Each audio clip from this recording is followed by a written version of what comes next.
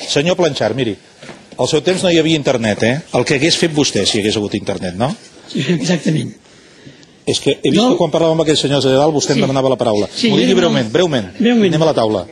S'està parlant molt de l'Estatut, de la Constitució. Espanya, si no recordo malament, pertaneix a les Nacions Unides.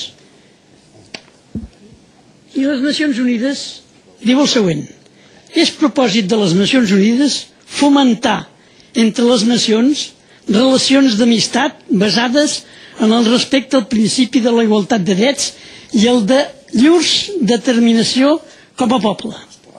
I també el Pacte Internacional dels Drets Civils i Polítics diu: tots els pobles tenen el dret de lliure determinació.